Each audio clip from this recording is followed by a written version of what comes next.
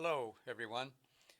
I'm honored to be able to do this presentation and choose a piece of literature that's been dear to my heart for over 50 years. You may not be able to guess, but I'll tell you. It's the Charles Wilcoxon book of the 150 Rudimental Solos.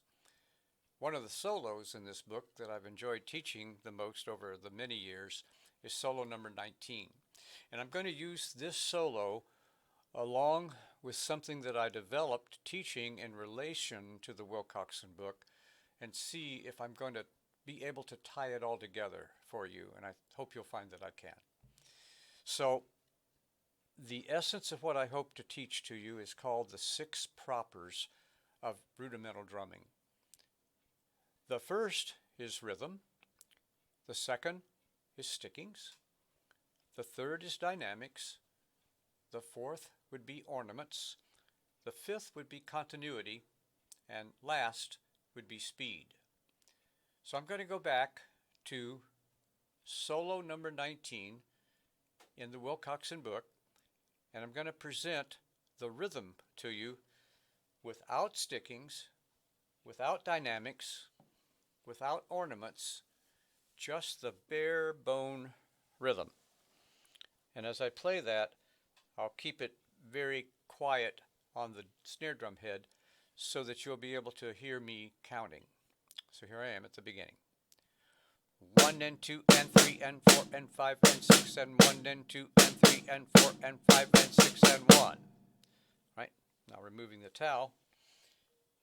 As you heard me do the counting, there were actually 3 things going on. One you were most familiar with because you hear it all the time in a performance, and that was the noted, played rhythmic pattern. So that would be this.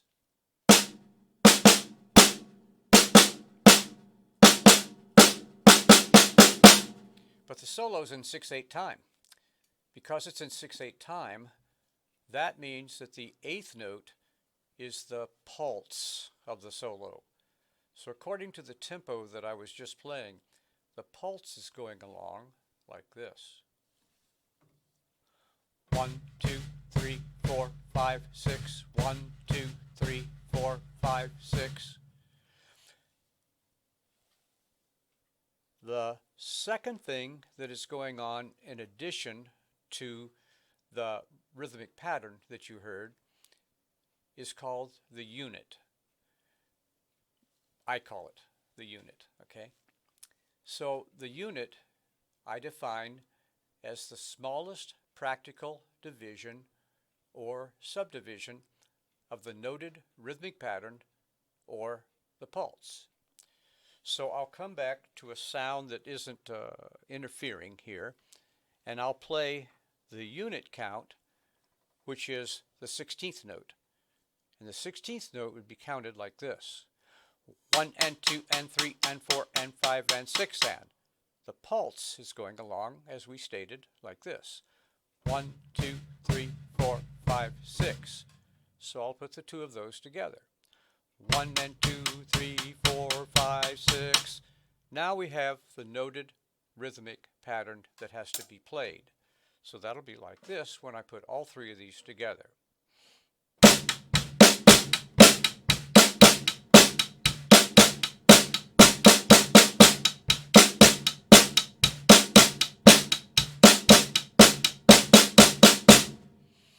When you play a rhythmic pattern locked in to a pulse like that, and actually locked in to a unit count, you really can't make a mistake on your noted rhythmic pattern. So I hope you get that overview of how important rhythm works when it's being played properly. The second are the stickings. Traditionally, in rudimental drumming, you simply must play the stickings. There's no way to ignore them or try and sidestep them because it's going to cause your hands to tie up when you're trying to play more advanced figures, and probably any figures that you'll find over a period of time in your performing. So I would say if you want to really try and skirt it, as people always do, the only way you may ignore a particular sticking is if you have the ability to play every sticking that's ever been printed. Go ahead miss one now and then. But I'm not sure that any of us are at that level of performance. So for all practical purposes, you must play the stickings. So I'll play this first line for you, and I will play the proper stickings now. Right, right, left, left, left, right, right, right, left, left, right, right, left, left, right.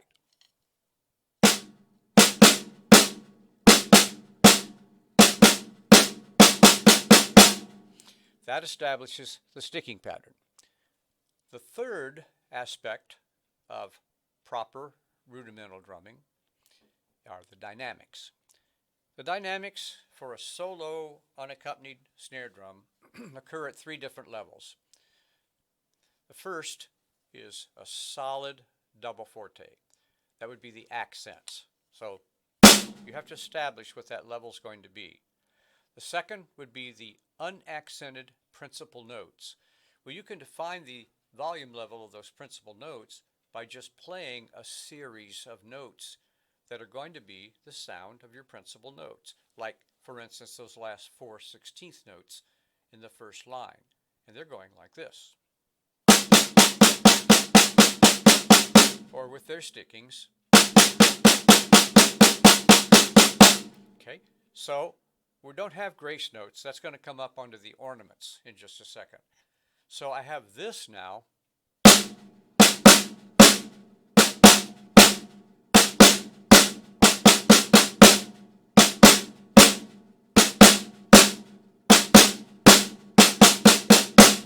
I've added the accents and the unaccented principal notes.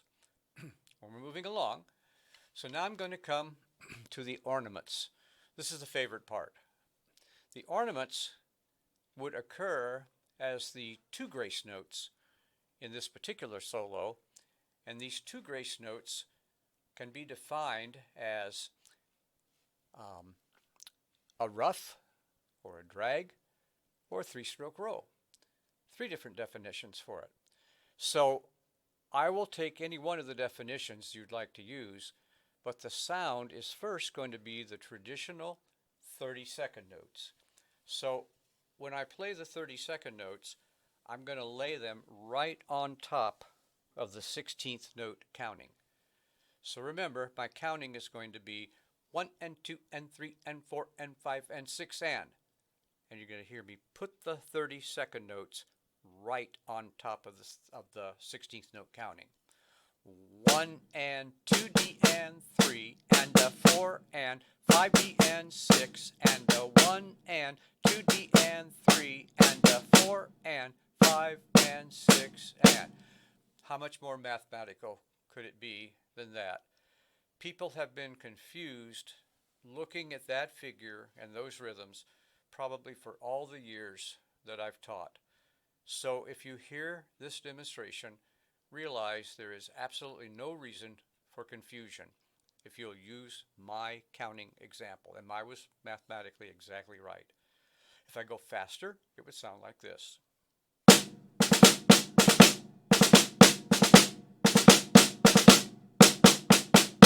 I'll take the cloth off, and now you'll be able to hear it with the accents, the unaccented principal notes, and the double grace notes being performed as two even 30-second notes falling exactly on the 16th note count where they are designed to fall. 4, 5, 6.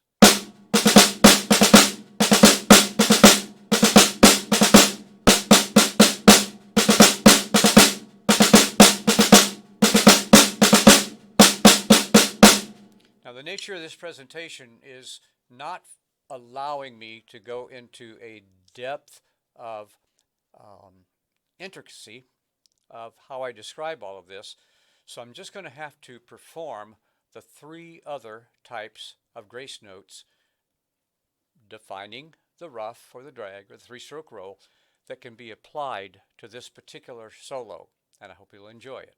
The first are the 64th notes. Here they come.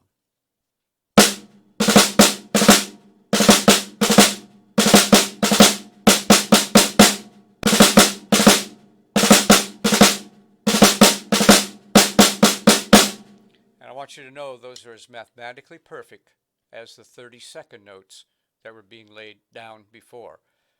Because with careful analysis, you'll see that I'm not destroying that. It's keeping it intact. The next one would be the concert buzz press ruff that would be played in the 64th note position. That's my orchestral ruff from my background.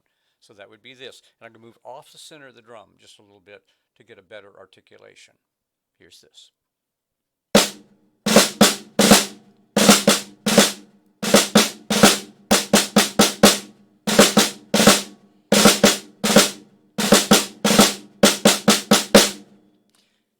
We have one more interpretation of the grace notes.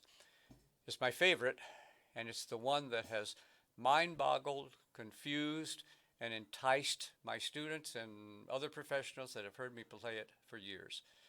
So I'll just play it for you at a slow tempo. It's the tripletized grace notes, where I'm absolutely now going into jazz or rudimental swing. I want to say that I had one opportunity in my life to perform for Charles Wilcoxon.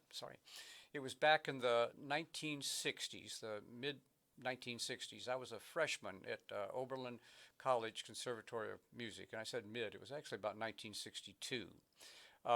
They were holding a Drumorama contest in Cleveland, sponsored by Rogers Drum Company. Everyone that was the highest level people of Rogers was there, and Charley Wilcoxon was one of the most profound judges. I came in from Oberlin and was performing a solo by one of my wonderful teachers named Jack Shirley.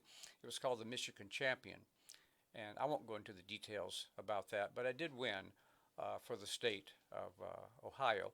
And I was awarded some very nice presents, including a diasonic snare drum and some nice cash awards and a presentation to do a clinic, that kind of thing.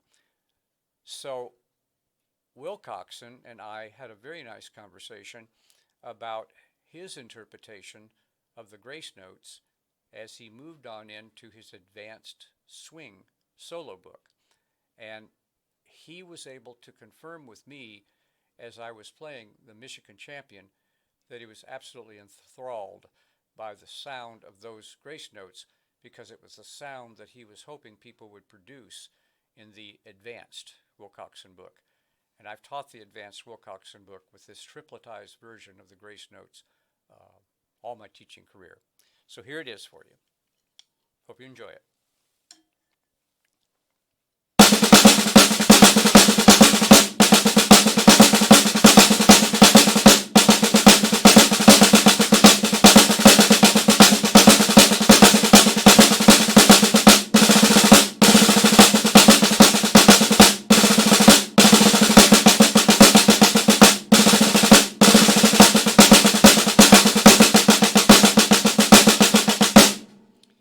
The very last thing that's here is speed and continuity. Continuity and speed, they go together. You must be able to play any of the solos in the Wilcoxon or any other rudimental solo or performance from the beginning to the end without any notable breaks or mistakes. So if you get your continuity, you also have to be able to play with as much speed as your hands will possibly produce.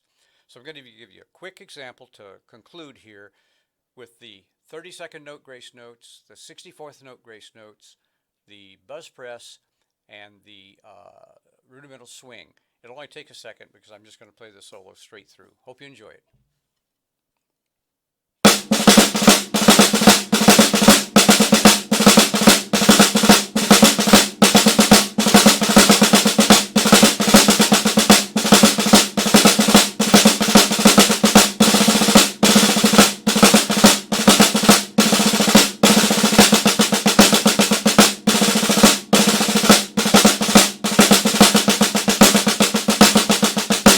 64th.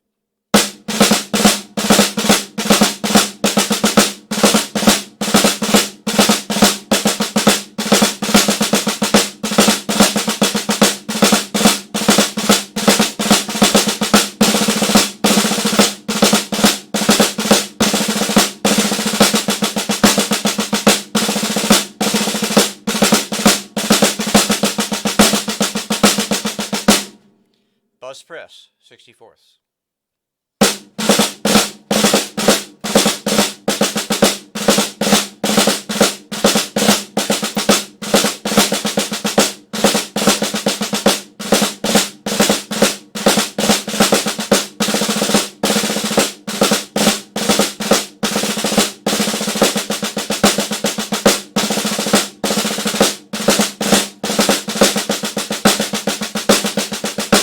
And my favorite, rudimental swing, tripletized grace notes.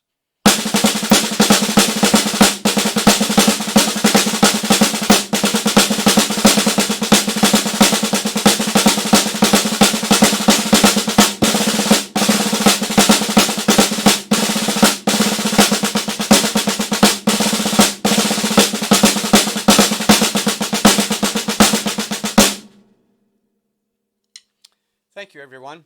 It's been a pleasure to present. I hope you've enjoyed it.